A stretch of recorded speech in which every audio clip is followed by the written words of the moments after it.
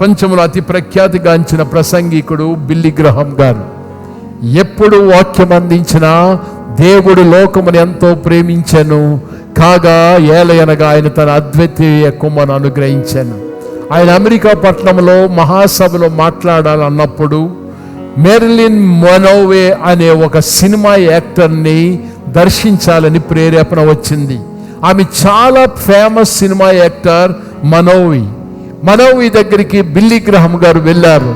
యేసును గురించి చెప్పారు. యేసును నమ్ముకో, నన్ను దేవుడు పంపించాడు, ఆ యేసు రక్షకుడు నీకు కావాలని. ఆమె అప్పటికే మహా కోటీశ్వరాలు, ఆమె చాలా ఫేమస్. అప్పుడు యేసును గురించి చెప్పిన తర్వాత నువ్వు ఇప్పుడు ఏమంటావా అని అంటే ఆమె ఏమందో తెలుసా? I don't need your Jesus, మీ యేసు నాకు అవసరం లేదు అన్న. వారం రోజులకి అదే అపార్ట్మెంట్లో ఆత్మహత్య చేసుకుని చనిపోయింది. I don't need your Jesus. నా ప్రియమైన సంగమా, బెత్లెహేము నీవు నేను, మనకి యేసు అవసరం. బెత్లెహేము పరమార్థం. బెత్లెహేము ఎక్కడ? బెత్లెహేములో దేవుడు ఏం చేశాడు?